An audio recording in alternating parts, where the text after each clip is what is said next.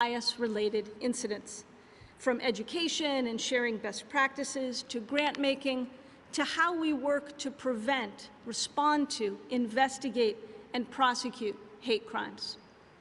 As the Attorney General said, we will use every tool and legal authority at our disposal to combat hate crimes and bias-related and bias-motivated extremism.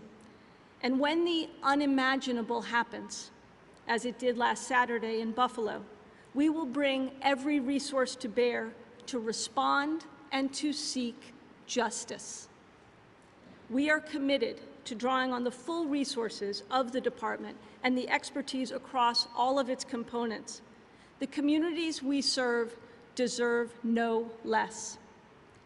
Earlier this week, the Attorney General and I and the Associate Attorney General, as well as the leaders from the FBI, the ATF, the National Security Division, the Civil Rights Division, we all gathered with the U.S. attorney community from across the country.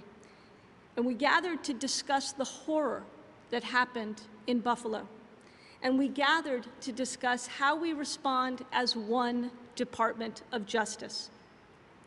The Civil Rights Division, of course, has deep expertise in investigating hate crimes and responding to these horrific incidents in tandem with our state and local partners. Sadly, though, the muscle memory for these responses is now well established. The National Security Division provides leadership on responding to domestic terrorism and is working in lockstep with the Civil Rights Division when hate crimes and bias-motivated extremism rear their profoundly ugly heads. The FBI's investigators and victim services and forensics experts all immediately launch in partnership with state and local and community experts. And of course, the Community Relations Service plays a crucial role working with our community partners as the department's peacekeepers. In the years since the Attorney General's memorandum on improving our efforts to combat hate crimes and hate incidents, the department has taken a number of significant steps. We've established an expediter within the criminal section of the Civil Rights Division to ensure rapid review of hate crimes incidents. The FBI has launched a national anti-hate crimes campaign, including 56 field offices, to encourage reporting. Every U.S. Attorney's Office across the country has designated civil rights coordinators in their offices to enhance our enforcement of civil rights laws. We have also piloted a new outreach training called the United Against Hate effort to help improve the reporting of hate crimes by training community members and providing an opportunity for trust building between law enforcement and the communities that we serve. The horrific events from last weekend are a stark reminder of the devastating effect and impact of hate crimes on entire communities. The steps that we've outlined today and the more to come reflect a firm belief here in the department amongst this leadership team that it is our collective responsibility to do all we can to confront hate in all its forms. We are committed to doing just that. And now I'm pleased to introduce the Associate Attorney General, Vanita Gupta.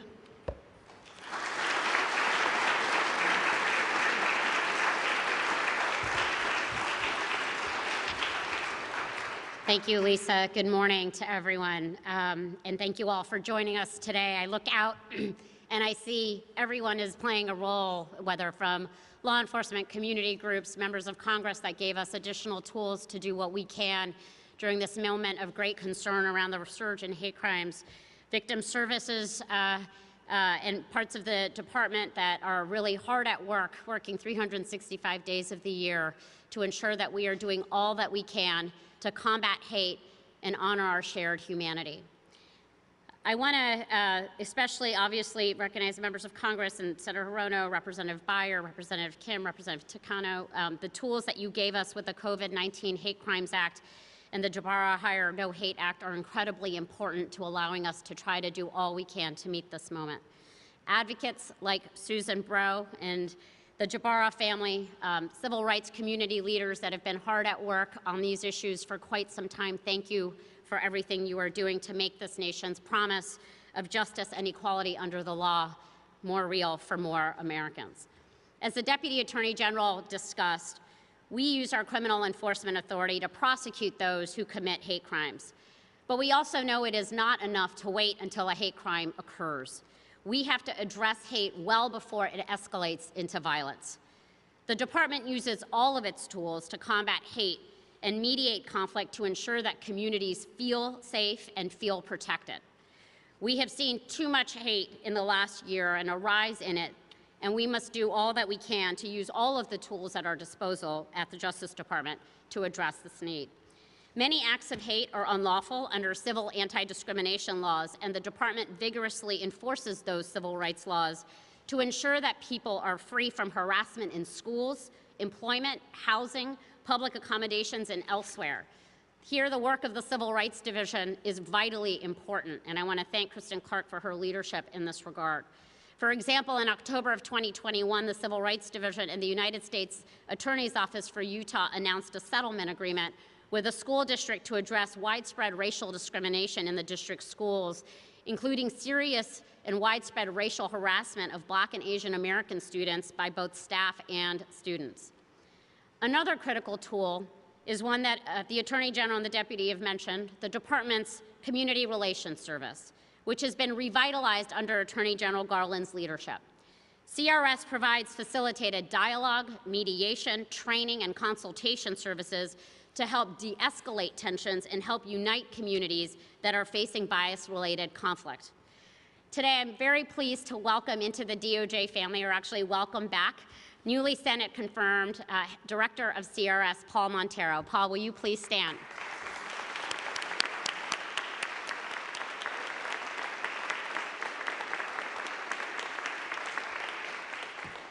Paul brings with him extensive experience to this job, having been acting director for CRS during the Obama administration, and we're so grateful that he is back in the DOJ family. The department also seeks to develop resources that can help empower communities targeted by hate and that provide effective strategies that the department, government officials, and law enforcement can use to engage with and serve those communities. Under the Attorney General's directive, I designated one of my deputies, Rachel Rossi, who is here today, as the department's first ever hate crimes resources coordinator to help develop those resources.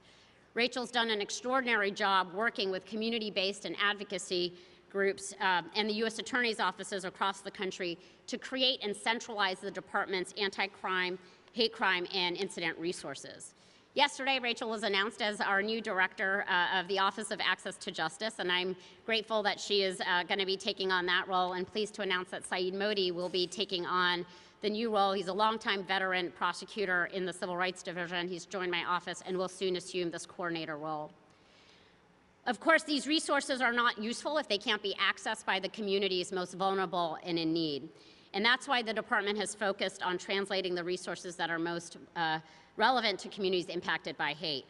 For example, translating the Civil Rights Division's online reporting portal into 24 languages, including 18 of the most frequently spoken AAPI languages in the United States.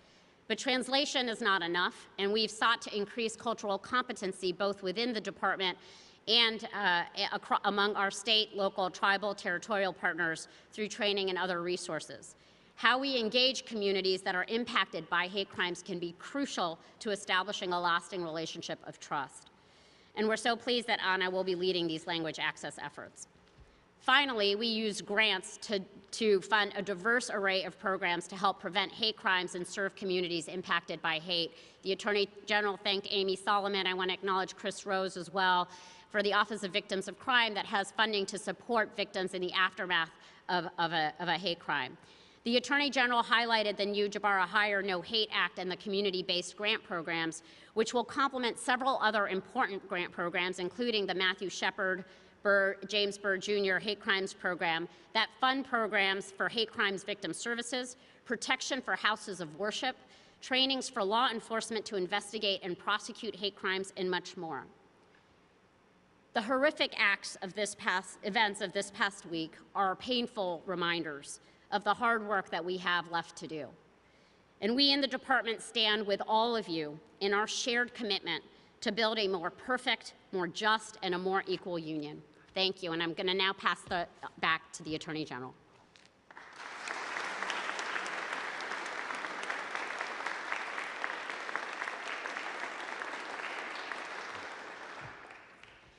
So as most of you know, this event was long planned. We did not need any more reminders of the urgency of our fight against hate and racially motivated violent extremism. Unfortunately, we are gathered today in the shadow and the wake of another horrific attack. If it's possible to even further redouble our efforts, something like this can only cause us to do so.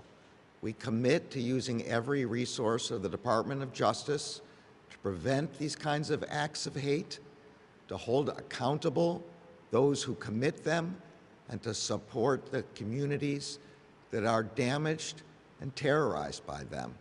That is our job, and thanks to all of you, we have great partners in this effort. I want to say today is a beautiful day, and all of you are here, and we would be grateful if you'd think about mingling with each other in the courtyard when you step down onto the first floor. It's a nice day and a nice chance for all of the supporters of anti-hate to get together, see each other, and talk to each other. Thank you so much, all of you, for coming.